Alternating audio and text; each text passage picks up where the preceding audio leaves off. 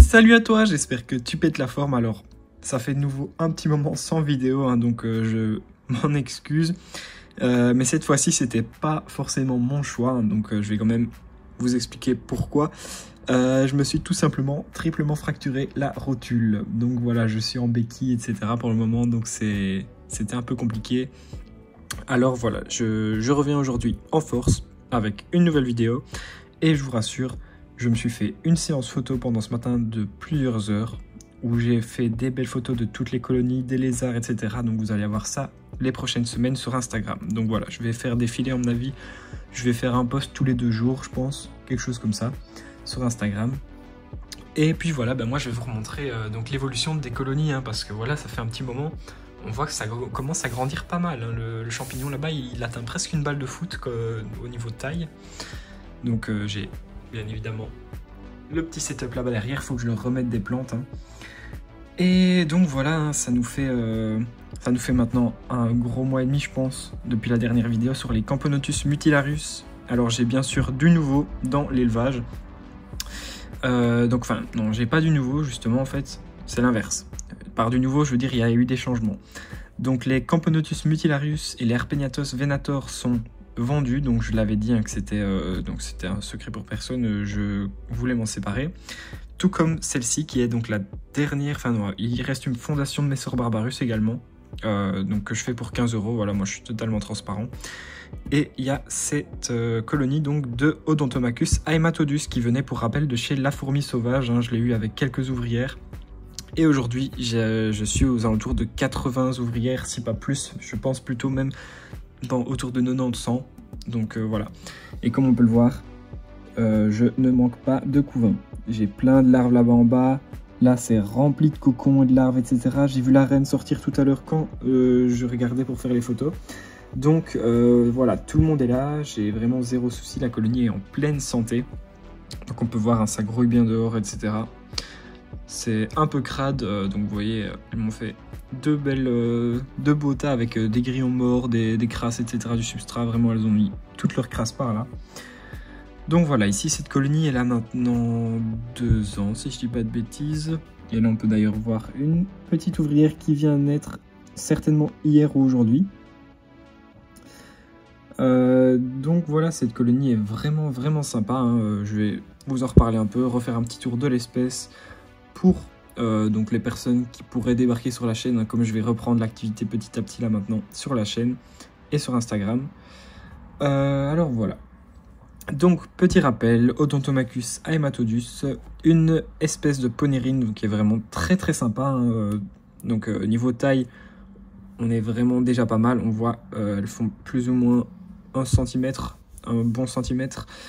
Donc cette espèce a une reine, mais elles peuvent être polygynes. Donc ça, c'est quelque chose que je précise, et c'est pour ça que j'hésite un peu sur le mais, parce que y a des colonies donc de plusieurs reines qui ont déjà été trouvées, qui ont été observées, etc.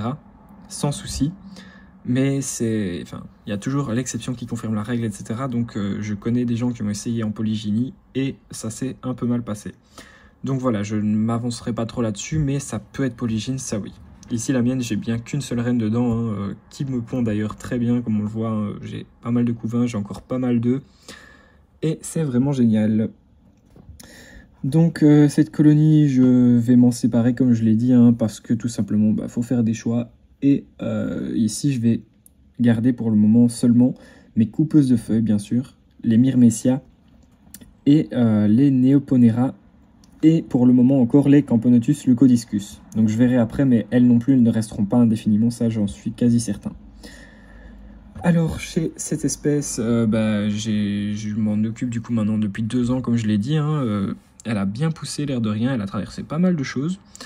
Donc cette espèce nous vient d'Amérique du Sud, hein, principalement tout ce qui va être Colombie, donc Colombie, Brésil, etc. Vraiment Amérique centrale même. Ici, je suis en train de gratter un truc pour le substrat. Donc j'avais mis un mélange de coco et de...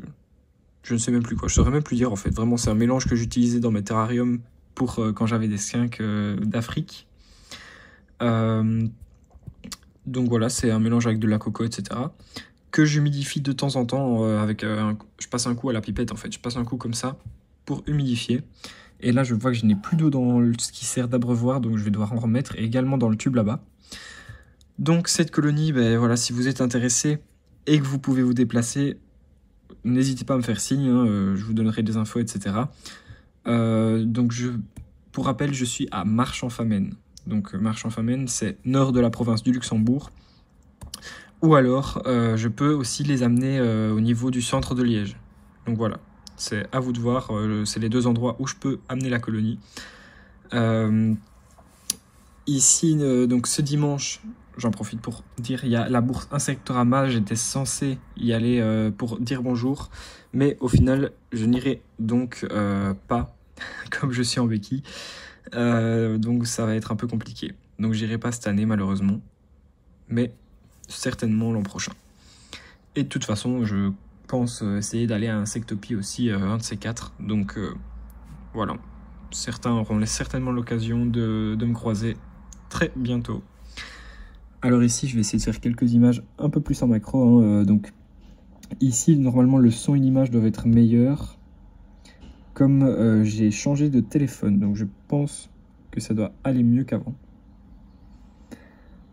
Voilà, le son, n'hésitez pas à me faire un retour en commentaire si c'est mieux que les vidéos précédentes. Hein, donc je n'utilise plus les micros à part. Donc j'avais les petits micros lavaliers là pour mon ancien téléphone. Maintenant, j'essaye sans et vous me direz comment c'était mieux. Alors pour ce qui est de la nourriture chez elle, je suis à un point où je donne 3 grillons tous les 2-3 jours et une belle dose de liquide sucré qu'elle me vide à chaque fois. Ça, le liquide sucré, c'est une des rares ponérines qui fonce dessus vraiment. Et là, on peut d'ailleurs voir une ouvrière qui se régale.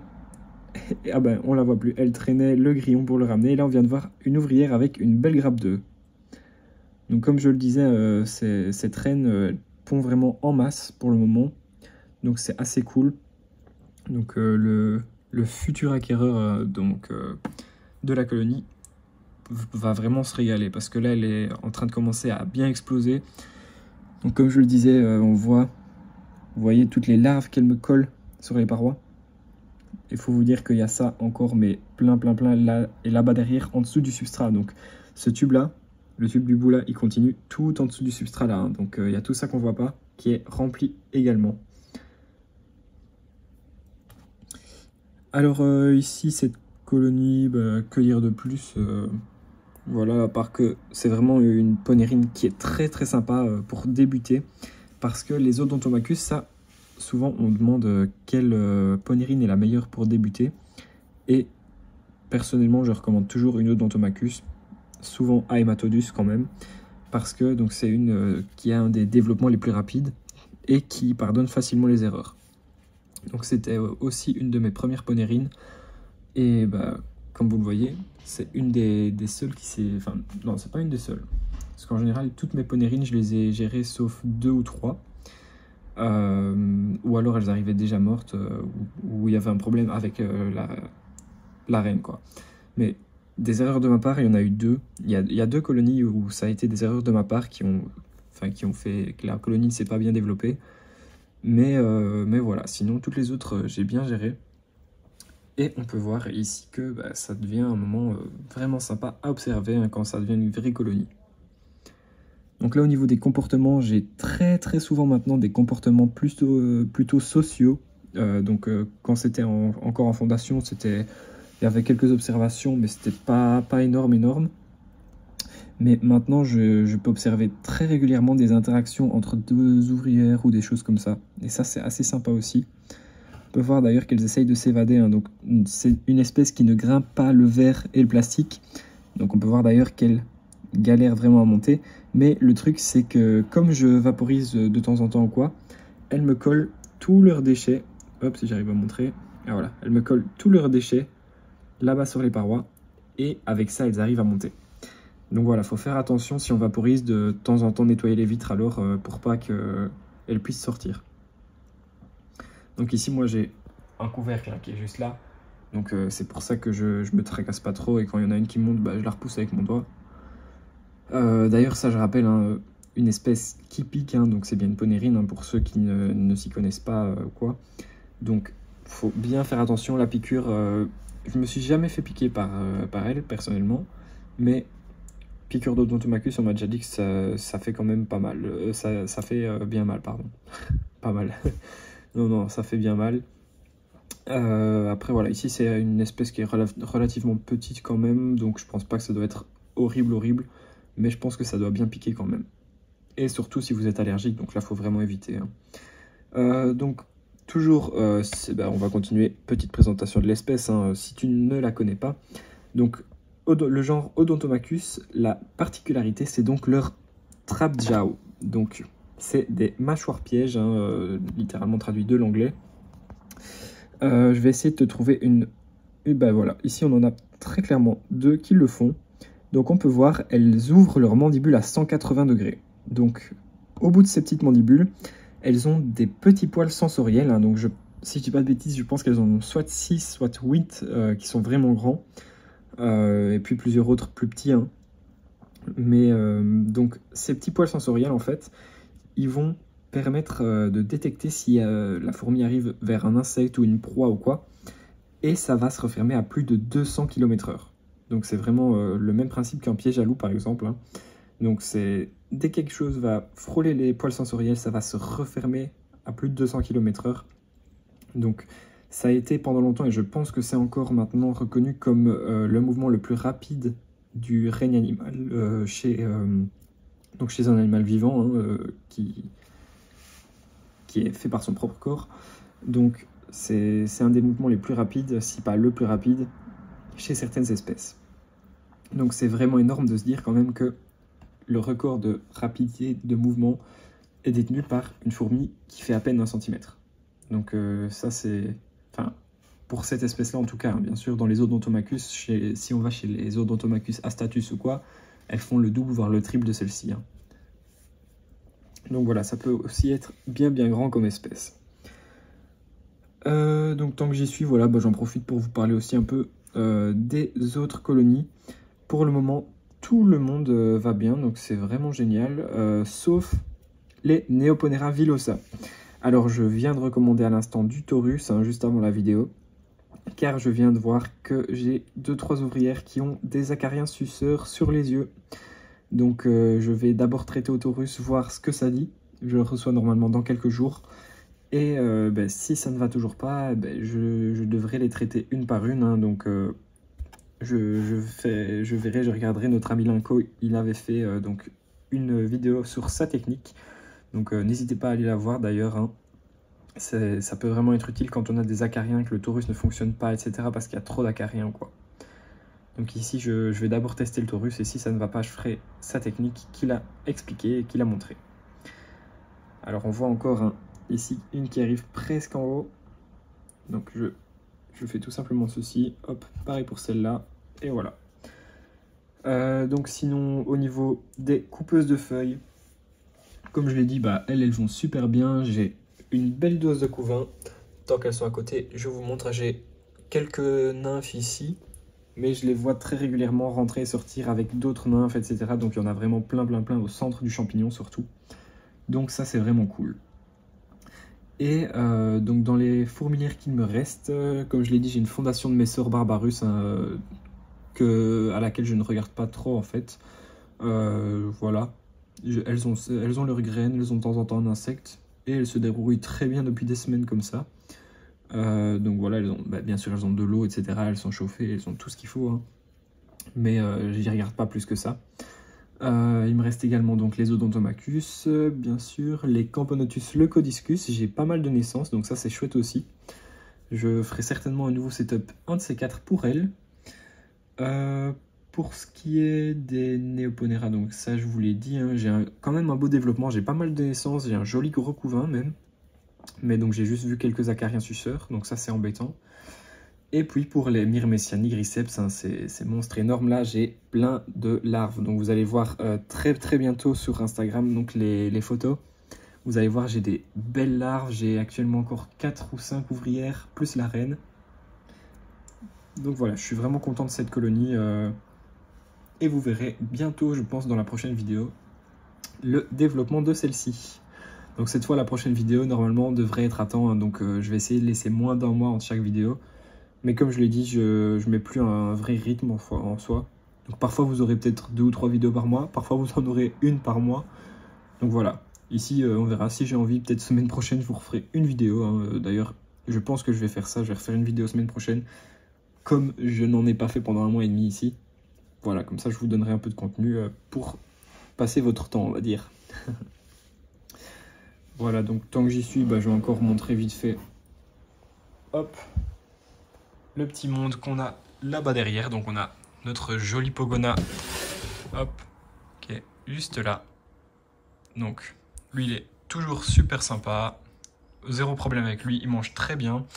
Il a son petit terra qui est là, avec ses UV, sa lampe chauffante, une petite rampe néon ici. Enfin c'est pas un néon, c'est LED pardon. Rampe d'aquarium hein, bien sûr, ça coûte beaucoup moins cher et ça fait totalement le taf. Donc c'est pareil que chez le gecko léopard qui se trouve là, c'est une toute petite lampe d'aquarium de base. Et j'ai zéro problème. Donc vous voyez, je pense pas que j'avais déjà remontré le setup que j'avais refait comme ceci. Mais donc j'ai refait un petit setup.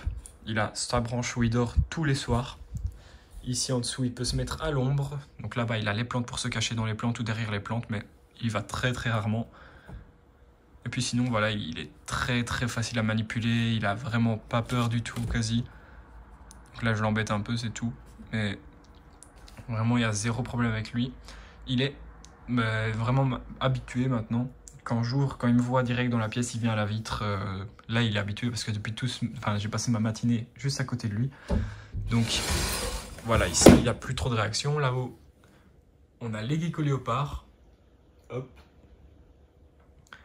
Donc pour rappel, dans ce terrain-là, je maintiens donc 2 femelles ensemble. Comme je l'avais expliqué, il me semble, dans la dernière vidéo, j'ai zéro problème pour le moment. Maintenant, ça fait plusieurs mois qu'elles sont ensemble ici. Donc j'ai la deuxième qui est là-bas dans la grotte, mais on ne va pas la voir. Donc voilà, j'ai zéro problème. Hein. Pareil, les deux ici sont bien habitués maintenant. Donc voilà, il y a zéro souci. Ouais, ici. Je lui ai fait un petit peu peur. Donc voilà, ici, hop. Et puis quand on repasse là-bas, on a le mâle qui est bien tranquille là-bas dans son petit tronc. Donc d'ailleurs, il va venir faire un petit bonjour. Hein. Lui, c'est vraiment dès qu'il me voit à la vitre, il sort aussi hein, en espérant avoir à manger. Et puis on a voilà donc les fourmis. Maintenant, l'étagère commence à être bien vide. Hein. Comme je disais, j'ai restreint les espèces. Donc il me reste Neoponera, Camponotus, Leucodiscus, les Myrmecia et la fondation de Messor Barbarus. Voilà. Hop. Donc ici, les coupeuses. Et on revient ici près de nos Onotomachus. Voilà, donc sur ce, ça nous fait déjà une belle petite vidéo. Hein, comme ça, je suis content aussi de vous avoir refait un peu de contenu. Et comme je l'ai dit, je vais suivre sur Instagram aussi pour revenir plutôt actif sur Instagram que sur YouTube. Donc voilà, je referai régulièrement des photos, je reposterai régulièrement des petites choses, des petites surprises parfois. Et voilà, donc merci à toi d'avoir regardé la vidéo. N'hésite pas à mettre un like, hein, ça aide beaucoup vraiment pour l'algorithme YouTube. Ça, on ne se rend pas toujours compte, mais ça prend littéralement moins de 2 secondes. Juste mettre un like sur la vidéo. N'hésitez pas à mettre un commentaire aussi avec vos retours, ça fait toujours plaisir. Il y a toujours des choses à améliorer, des choses qu'on peut faire pour que la vidéo plaise encore plus. Donc voilà, faut pas hésiter, je suis ouvert à tout. Et voilà, c'était avec plaisir donc que je revenais pour vous refaire une petite vidéo. Et moi je vous dis à très vite. Alors comme je l'ai dit, on verra peut-être semaine prochaine une vidéo ou celle d'après. Et sinon dans maximum un mois, il y en aura une également. Allez, merci à toi encore et moi je te dis à très vite. Allez, ciao ciao.